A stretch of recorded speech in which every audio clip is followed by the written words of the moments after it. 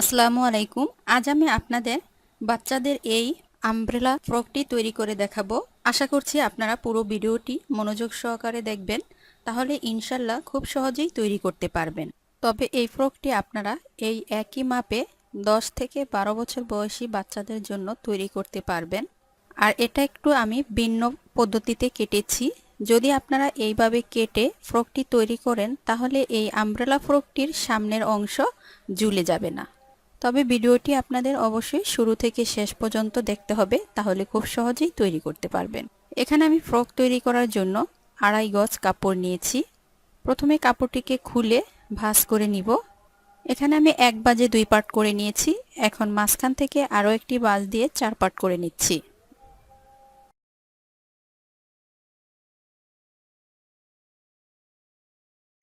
এখন কাপড়ের এই সাইডের বাঁকাতারা অংশটুকু কেটে সোজা করে নিব। প্রথমেই আমি বডির উপরের অংশ কাটব, তাই বডির মাপ অনুযায়ী কাপড়টিকে কেটে আলাদা করে নিচ্ছি। উপরের বডির অংশের লম্বা নিব 14 ইঞ্চি। সেলাই করার জন্য 1 ইঞ্চি পরিমাণ বাড়িয়ে 15 ইঞ্চি নিয়ে নিচ্ছি। একইভাবে অপর সাইডেও দাগ কেটে দাগটাকে মিলিয়ে নিব।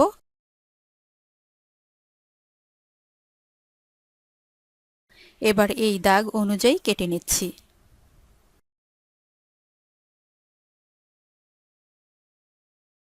এখন আমি এই সাইড থেকে নিচ্ছি গলার চওড়ার মাপ। এখানে আমি গলার চওড়া নিচ্ছি 2.5 ইঞ্চি। এখন নিচ্ছি পুটের মাপ। এখানে আমি পুট নিচ্ছি 5.5 ইঞ্চি। গলার চওড়ার 2.5 ইঞ্চির পর থেকে 3 ইঞ্চি হচ্ছে পুটের অংশ। এখন পুট থেকে নিচের দিকে আর্মহোলের মাপ নিব। এখানে আমি আর্মহোলের জন্য আরও 1 ইঞ্চি পরিমাণ বাড়িয়ে 6.5 ইঞ্চিতে দাগ কেটে নিচ্ছি। এই সাইড থেকেও 5.5 ইঞ্চিতে দাগ কেটে দাগগুলো মিলিয়ে নিব।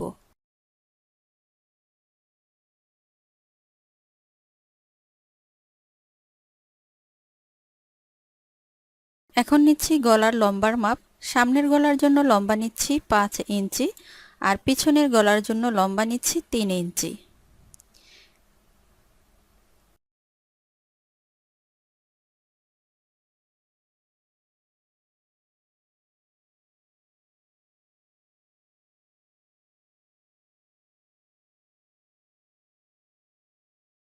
গলার এখানটাতে রাউন্ড শেপ করে দাগ কেটে দিচ্ছি।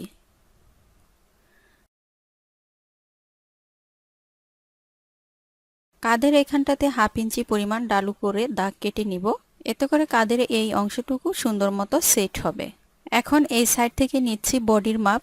এখানে আমার বডি হচ্ছে 30-এর 4 ভাগের 1 ভাগ 7.5 ইঞ্চিতে দাগ কেটে নিচ্ছি। এই 7.5 ইঞ্চির পরে যে 1 ইঞ্চি পরিমাণ কাপড় আছে এটা আমি সেলাই করার জন্য বাড়িয়ে নিয়ে নিলাম। এখন এখান থেকে নিচ্ছি কোমরের মাপ। কোমর হচ্ছে 26-এর 4 ভাগের 1 ভাগ 6.5 ইঞ্চিতে দাগ কেটে নিচ্ছি। এখানটা তো সেলাইয়ের জন্য 1 ইঞ্চি পরিমাণ কাপড় বাড়িয়ে নিব। এখন বডি থেকে কোমর পর্যন্ত এভাবে দাগ কেটে মিলিয়ে নিতে হবে।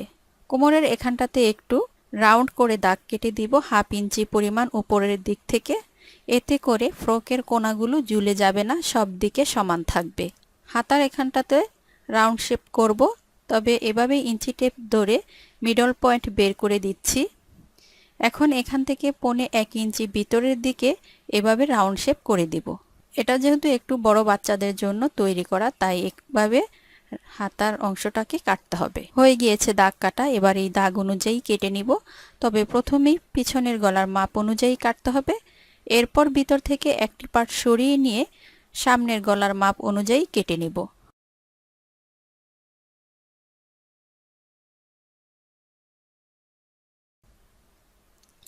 হয়ে গিয়েছে পিছনের গলার মাপ অনুযায়ী কাটা। এখন ভিতর থেকে একটি পার্ট সরিয়ে নিচ্ছি। সামনের পার্টটাকে ভালোভাবে সেট করে নিয়ে সামনের গলার মাপ অনুযায়ী গলাটি কেটে নিতে হবে। হয়ে গিয়েছে উপরের বডির অংশ কাটা। এখন আমি নিচের ঘেরের অংশ কাটব। নিচের ঘেরের অংশ কাটার জন্য বাকি কাপড়টুকুকে আমি সমান মাঝখান থেকে কেটে নিয়েছি। সমান মাঝখান থেকে কেটে নেওয়ার পর একটি পার্ট এভাবে বিছিয়ে নিয়েছি। এখন কাপড়টিকে এই সাইড থেকে কোনাকুনি করে ভাঁজ করে দিতে হবে। অনেকটা ত্রিভুজ আকারে। এই যে দেখুন ভিউয়ার্স, কাপড়টিকে ঠিক এরকম ভাবে কোনাকুনি ভাবে ভাঁজ করে নিতে হবে। এখন আমি উপরের বডির অংশটি এই কোণা থেকে রেখে কোমরের মাপ অনুযায়ী কাপড়টি কেটে নিব। আপনারা চাইলে কোমরের মাপ অনুযায়ী ইঞ্চি টেপ দিয়ে দাগ কেটে নিতে পারেন, তবে এখানে আমি সহজভাবে বোঝানোর জন্য উপরের বডির অংশটি রেখেই দাগ কেটে নিচ্ছি। এখন ইঞ্চি টেপটিকে এই কোণা থেকে ধরে এইভাবে একটু রাউন্ড করে দাগ কেটে নিব।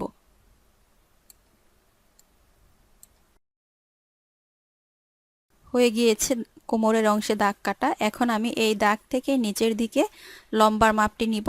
এখানে আমি লম্বা নিচ্ছি 24 ইঞ্চি। এখন ইঞ্চি টেপটিকে এই কোণা থেকে এইভাবে ধরে নিয়ে রাউন্ড শেপ করে দাগ কেটে নিতে হবে অপর পাশ পর্যন্ত।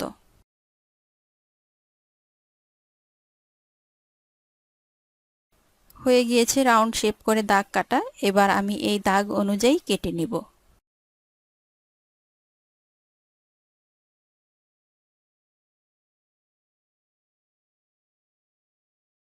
ভিউয়ার্স, এখানে কিন্তু আমি একটি পার্ট কেটেছি। এখন আমি এটার মাপ অনুসারে আরও একটি পার্ট কেটে নিব। এখন আমি অন্য পার্টটিকে একইভাবে কোনাকুনি করে ভাঁজ করে নিয়েছি। এখন এই পার্টটাকে এর উপরে ভালোভাবে সেট করে নিয়ে মাপ অনুসারে কেটে নিতে হবে।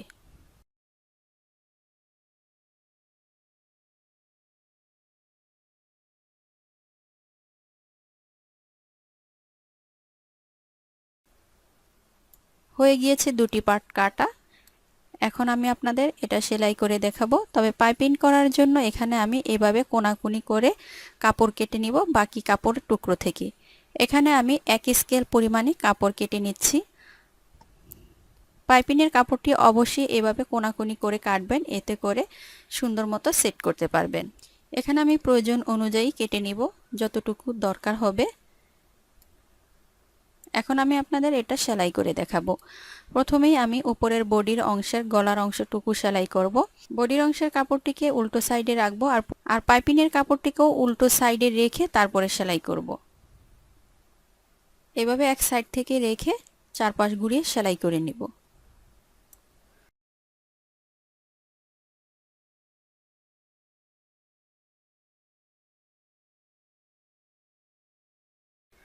হয়ে গিয়েছে চারপাশ ঘুরিয়ে সেলাই করা। এখন আমি পাইপিংয়ের কাপড়টিকে এইভাবে সোজা সাইডে 2 বাজে ভাঁজ করে চাপ সেলাই দিয়ে দেব।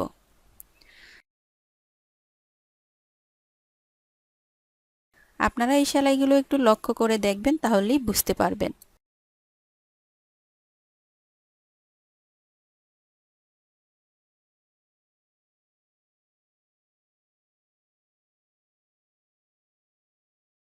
হয়ে গিয়েছে একটি পার্ট সেলাই করা।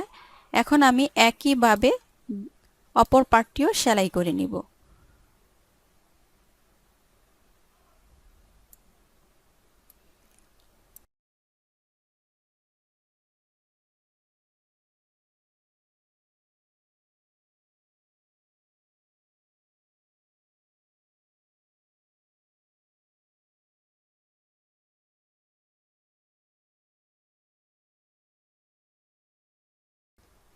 হয়ে গিয়েছে দুটি পার্টি সেলাই করা। এখন আমি দুটি পার্টের কাঁধের অংশ সেলাই করব।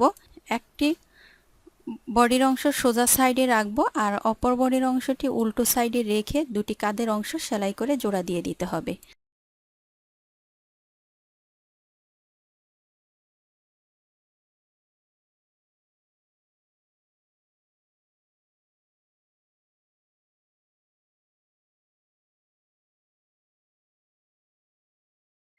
কাঁধের এই অংশগুলোতে ডবল করে সেলাই দিয়ে দিচ্ছি টেকসই করার জন্য।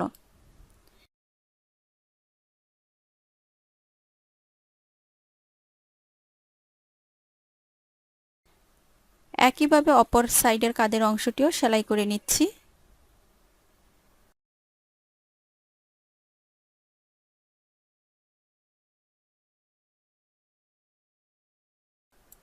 ভিউয়ার্স, হয়ে গিয়েছে আমার দুটি সাইডের কাঁধের অংশ সেলাই করা। এই যে দেখুন কাঁধের অংশটা কতটা সুন্দর হয়েছে। এখন আমি হাতার এখানটাতে পাইপিং করব।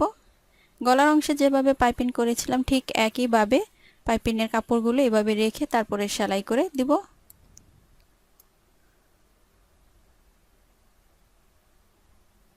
তো ভিউয়ার্স, এই পর্যায়ে আপনাদের কাছে আমার একটি রিকোয়েস্ট থাকবে, যারা আমার চ্যানেলে একেবারেই নতুন তারা আমার চ্যানেলের সাথে থাকতে চ্যানেলটিকে অবশ্যই সাবস্ক্রাইব করে নেবেন আর নতুন নতুন ভিডিওর নোটিফিকেশন পেতে সাথে থাকা ছোট্ট বেল আইকনটি অন করে দিবেন।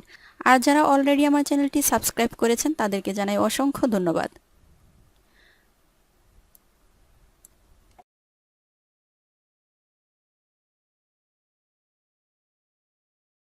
একইভাবে আমি দুটি হাতার অংশেই এভাবে পাইপিং করে নিয়েছি। এই যে দেখুন এখানে পাইপিংয়ের অংশটা কতটা সুন্দর হয়েছে। এখন আমি নিচের ঘেরের অংশ এর সাথে জয়েন্ট করব। এখানে আমি বডির অংশের কাপড়টিকে সোজা সাইডে রেখেছি আর নিচের ঘেরের অংশের কাপড়টিকে উল্টো সাইডে রেখে এক সাইড থেকে এভাবে মিলিয়ে সেলাই করে নিব।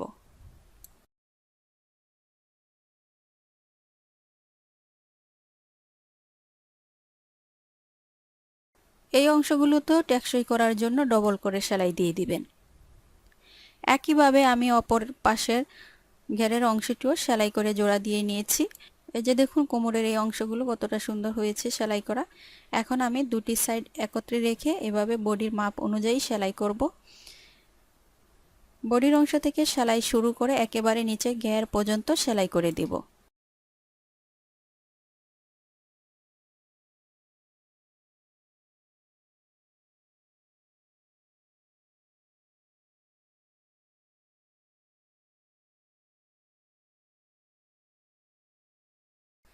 এখানটা তো ডবল করে সেলাই দিয়ে দিচ্ছি।